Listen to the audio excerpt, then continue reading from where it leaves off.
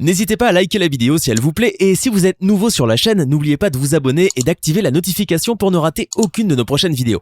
On commence.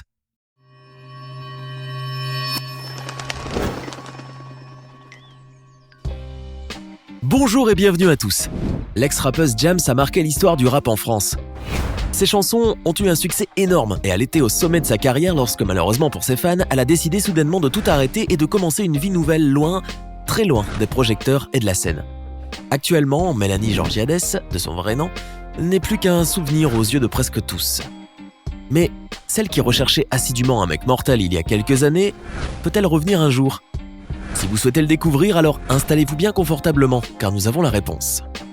Mais tout d'abord, pour ceux qui ne la connaissent pas ou qui l'ont un peu oubliée, revenons sur son incroyable parcours professionnel et sur sa vie qui a souvent été loin d'être facile. Diams.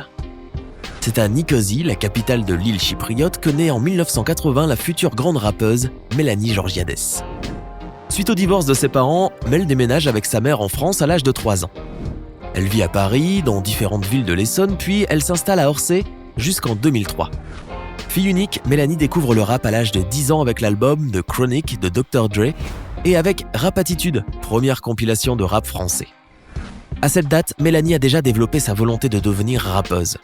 C'est ainsi qu'elle décide de prendre un pseudonyme et choisit celui de Diams en 1995 lorsqu'elle était âgée de 15 ans. Pourquoi diriez-vous ? Eh bien, Diams signifie en vérité diamant. Et elle prend ce surnom lorsqu'elle découvre qu'un diamant ne peut être brisé que par un autre diamant. C'est en quelque sorte un symbole de force. Malheureusement, cette force n'a pas perduré puisque la même année, en 1995, elle fait une première tentative de suicide en ingérant une forte dose de médicaments.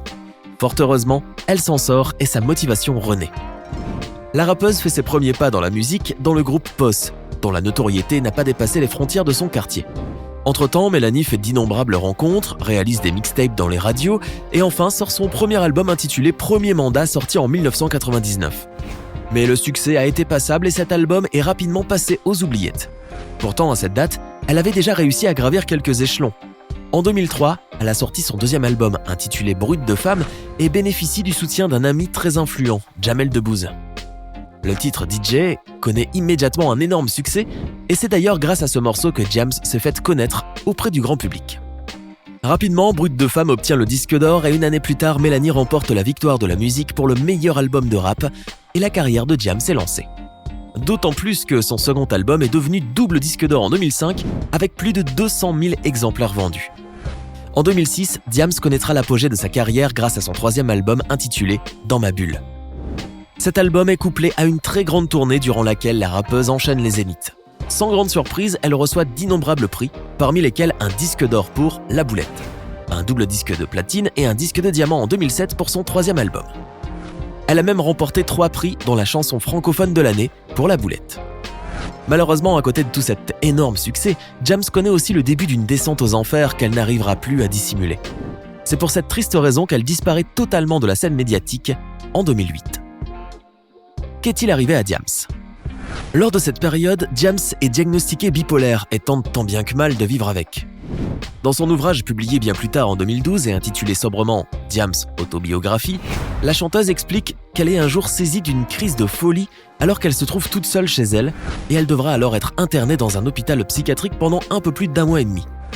À sa sortie de l'hôpital, Mélanie décide d'arrêter son traitement médicamenteux car elle trouve que les psychotropes et les calmants ne l'ont au final pas apaisée et ne l'ont même pas empêchée de faire sa deuxième tentative de suicide, commise justement au moyen de médicaments. Selon elle, elle ne ressent plus rien, ni haine, ni tristesse, ni colère, ni rire, elle se sent comme vidée. Grâce à sa meilleure amie, la chanteuse Vita, Diams décide de se reprendre en main en se faisant violence. Elle se force à sortir, à appeler ses amis, etc. Un jour, l'une de ses connaissances, de confession musulmane, s'éclipse pour aller prier. Inconsciemment, la rappeuse la suit. Et c'est là que elle, baptisée catholique mais non pratiquante, découvre la religion musulmane pour laquelle elle va rapidement ressentir un attachement sans borne. Dès lors, elle s'envole vers l'île Maurice, un de ses lieux de prédilection, pour se reposer et y lire le Coran.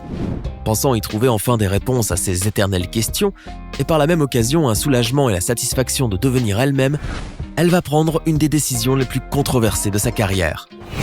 Alors, seule sur une plage déserte, elle prononce la profession de foi, faisant d'elle une nouvelle membre de la communauté musulmane. Suite à cela, elle décide de se marier en 2009 avec son compagnon, Aziz, et se retire de la vie publique. Le 8 octobre 2009, alors que plus personne n'a de nouvelles de Diams depuis un petit moment, le magazine Paris Match publie en page interne des clichés d'elle sortant avec son mari d'une mosquée, portant un voile islamique et couverte de la tête aux pieds. En plein débat sur l'interdiction du voile intégral dans les lieux publics, ces clichés volés provoquent un scandale. Toujours en 2009, ses fans remarquent la métamorphose de Diams à travers la sortie de son 4e album intitulé SOS. On apprend à travers ses chansons que Mel était dans un état de grave détresse. La chanson « Et si c'était le dernier » ressemble même à un message d'adieu glaçant. L'intégralité des royalties de son nouvel album ont été versées au Big Up Project, une organisation que Mélanie préside et qui agit pour la protection de l'enfance défavorisée en Afrique.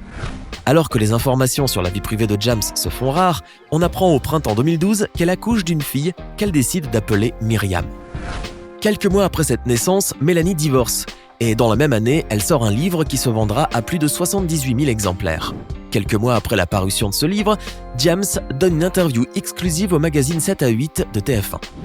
Cette interview est un véritable choc pour le grand public et les fans de Mélanie, car tout le monde y découvre qu'elle s'est convertie à l'islam et qu'elle a aussi troqué ses casquettes pour le voile, et c'est durant cette interview qu'elle annonce officiellement ce que beaucoup redoutaient, la fin définitive de sa carrière de rappeuse. Qu'est-elle devenue depuis ? Après ce triste départ, les nouvelles de Mélanie se sont faites rares. Cependant, en 2015, elle a recommencé à faire parler d'elle, mais évidemment sans qu'il n'y ait de rapport avec le rap français. On a appris par exemple qu'elle s'est mariée avec Fawzi Tarkani, un ancien rappeur franco-tunisien devenu salafiste, et ensemble, ils ont eu un enfant qui porte le nom d'Abraham. Outre sa petite famille, Mélanie a publié son 2e livre sorti en 2015 et intitulé « Mélanie française et musulmane ». Ce bouquin a longtemps fait parler durant cette période car on y a appris maintes choses sur sa vie personnelle et surtout sur ses convictions religieuses. Elle tente en effet de prouver au public qu'elle est parvenue à trouver l'équilibre de son existence à travers sa religion qu'est l'islam. Elle explique également dans son livre la raison pour laquelle elle a choisi de porter le voile. Elle le considère comme un cheminement personnel, mais il comporte néanmoins de lourdes conséquences, dit-elle dans son livre, étant donné que les gens ont tendance à être perplexes ou choqués devant cet habit. Par ailleurs, son nouvel ouvrage évoque également son mal-être et sa tentative de suicide en 2008, les attentats de Charlie Hebdo et bien d'autres sujets relatifs ou non à sa personne. Depuis cette date, elle a fait parler d'elle de plus en plus.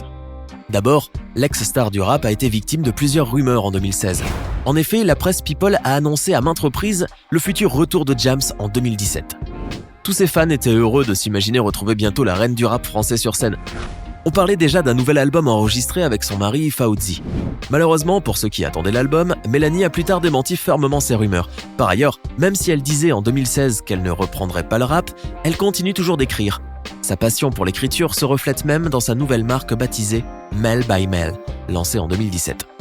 Celle-ci regroupe une collection de papeterie qui propose un notebook ainsi qu'un agenda semainier où ses fans peuvent retrouver ses citations et des textes inédits.